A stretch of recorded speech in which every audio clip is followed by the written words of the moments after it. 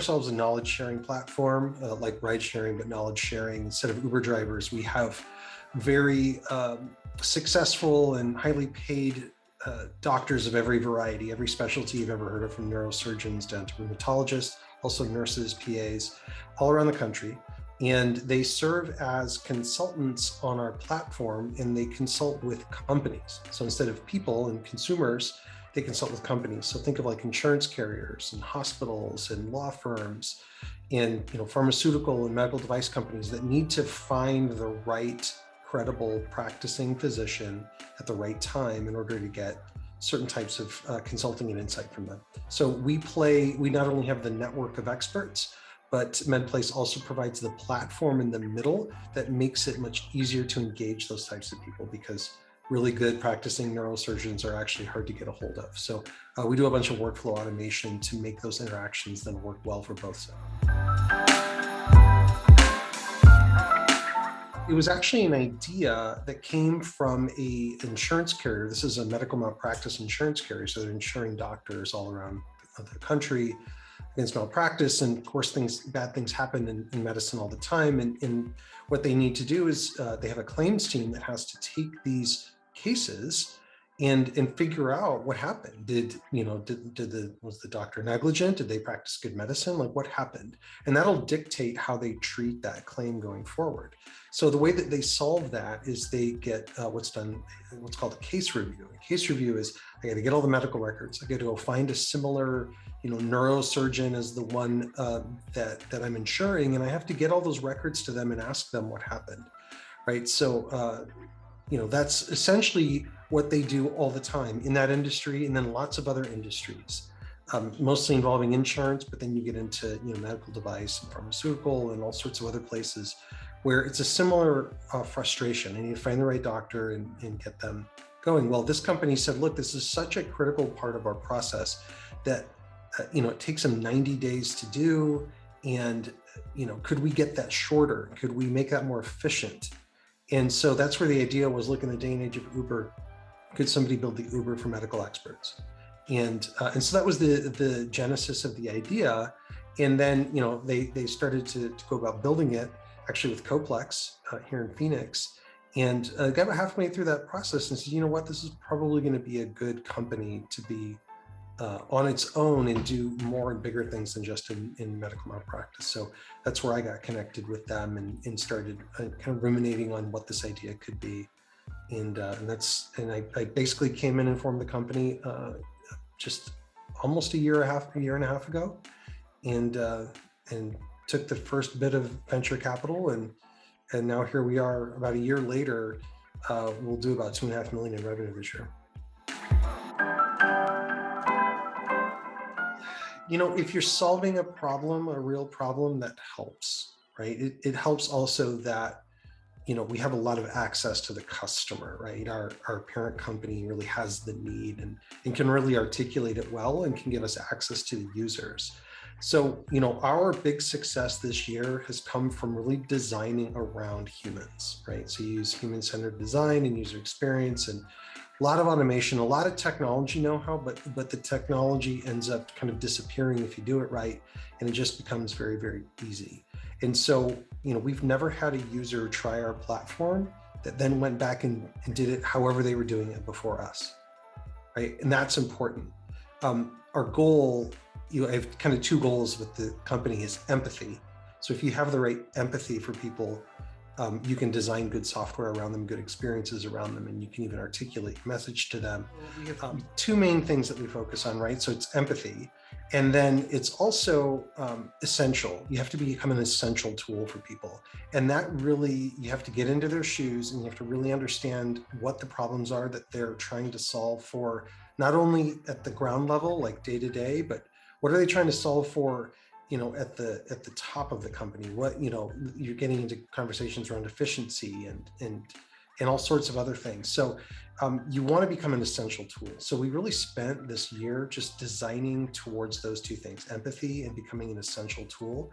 And that's led us to where we're at now, which is, folks who try us don't really go back to how they're doing it before. So, when you're looking for product market fit and you're an early stage company, if you can get that little moment where you've created an experience that somebody's willing to try, and then they're not willing to move away from that after they've tried it, you can scale a company on that. So that's been most of this year. Well, we're in an industry that is very, very slow to adopt things, right? So our industry is a lot of them are medical malpractice insurance carriers that have been doing the same thing the same way for 40 years.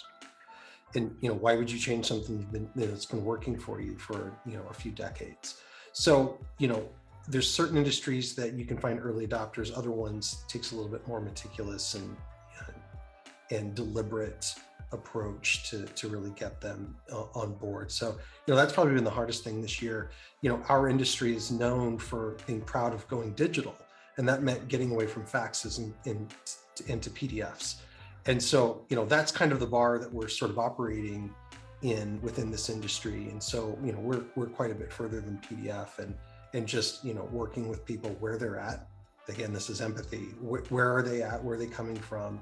And how do you work with somebody who maybe doesn't have a strong technology bent to start to think about, doing things in a new way and using new tools? I've actually been a cohort member before. I had another startup years ago and came in with a cohort then, and I loved it.